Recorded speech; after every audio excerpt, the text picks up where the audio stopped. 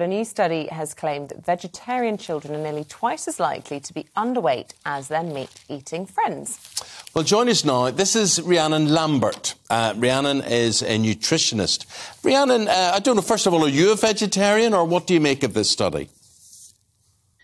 Oh, goodness. I mean, I think this study, the headline's a little bit misleading. So actually, it was looking at nutrient levels, especially in children, of iron and calcium. And they actually found that children can achieve all the nutrients they need on a vegetarian diet. It's just that they're more likely to be underweight. But then you can flip that to the same argument that meat eaters are more likely to be overweight, looking at this data. So there's a lot of nuance here, and ultimately I think you can be a very healthy vegetarian. It just needs planning, and people need to understand what goes into their food. Children to be vegetarian, because you have to be of a certain age, I'd imagine, to be even conscious of what it is. Yeah, no, absolutely. I mean, I think it's completely important that parents that raise their children with any dietary choice that they have, you know, it could be vegetarian, pescatarian, it could be for religious reasons. There's a lot of reasons why parents raise their children in a certain way. It's their choice, but it has to be nutritionally planned. And ultimately, for some people, especially if it's vegan, not vegetarian, then supplementation will need to be involved as well. So it's so important that we raise the future generations to get all the nutrients that they require. Any vegetarians that I know, I think they've got all the nutrients they require because, Rhiannon, if I went vegetarian, I mean, I think health benefits, that's got to be the thing. I would also like to think that I would be less in stature. There would be less off me. If I went vegetarian, I'd just eat pasta and cheese and pizza all day long. So you would get bigger and bigger, you think? I think having... And that seems to be the case. A lot of people see if you're a vegetarian, you're only going to eat really good stuff, but not necessarily so. It's funny that this talks about children being underweight.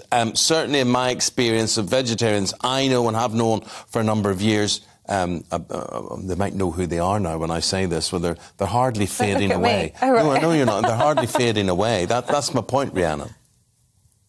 Well, I think really the data we've got here, let's just address this particular study as well, because it can include different ethnicities, cultural backgrounds, and it was using a measure called BMI, which changes from country to country. And we included different data here where some children, like Asian children, are more likely to be vegetarian and more likely to be classified as underweight. So look, you can be a healthy vegetarian and an unhealthy vegetarian, just as you can be an unhealthy meat eater or a healthy meat eater.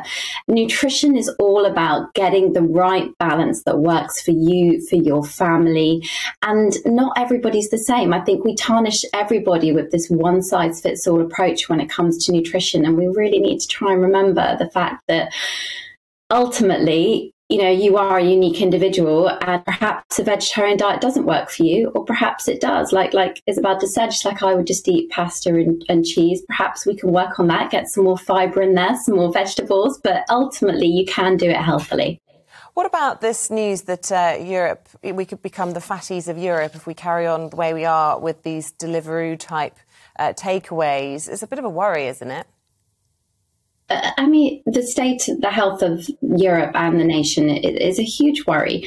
And there's so many factors involved in that. There's the government and the rules and the advertising, the factories, the manufacturers. We've got poverty. We've got people now living with higher financial demands. There's education. This is a huge, huge problem, and people's health should come first. And I feel there's a huge gap for nutritional education that's lacking. I mean, I would say that as a nutritionist. I know that might sound very preachy, and I appreciate not everybody has the resources to implement behaviour change, but something has to be done, and it has to be done on a multitude of levels here, stemming right from the top all the way down to us as the consumer. Well, I think parents have a big responsibility in the example that they set, and a lot of us are not very good at setting that example. My own parents, thankfully, when I look back at my old childhood, for instance, there was always a fruit bowl on our table, and I have continued that. I always have a fruit bowl, and I make an effort to eat an apple. You have an apple a day? No. No, I but don't. You get your 5 a day of fruit and veg. I do. I don't know if I always do. I do. I try to do that. I definitely make sure my kids do, but I don't always. I think it's quite scary that young people, by that I mean people under 40, a lot of them would actually be physically sick biting into an apple. Do you think these trends disappear? That it isn't sexy, it isn't cool to eat it. Do you eat? You don't eat apples? I love apples. Yeah. You don't overindulge in them. I just often haven't thought about it consciously what I've eaten in a day, but whenever I think about it, I'll happily reach for an apple. You have good teeth for an apple. Do you know why a horse can eat an apple? Do you know what I mean? I'm just saying it's easier for you to sink teeth into an apple. But so you should make use of that, or a carrot, or a pear or something. Rhiannon, what about your nashes?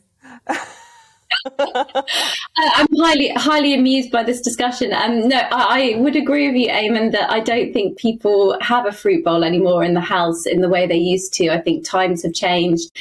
There's less cooking from scratch, which is a crucial element, of raising children to even know where their fruit and veg comes from, and adults of a certain age. There was one particular bit of data that showed that adults, most of them thought tomatoes, really the main source was items like tomato ketchup that they had in their diet every day, rather than eating a tomato. And like you've just said, having a piece of fruit, 5 a day, only like 27% of the population are getting 5 a day. Not enough. Lovely talking to you. Hope people make a healthy choice for their breakfast today and throughout the day. Rhiannon Lambert is a nutritionist. Thank you very much indeed. Appreciate that. Take a quick break now. And my wife, really, she's equine looking. We were talking about faces and things. But I mean, some people are bovine. I might be a bit bovine, round and big eyes and things. I don't know what you are. But she's equine. She's equine. So she's refined. She's got she's teeth leggy. that go back. No, her teeth must be like that length. She's got the most beautiful smile, and I've often thought that, and I'll not have you say anything else. I'm just telling you fact. She could demolish an apple. She could take an apple in one go.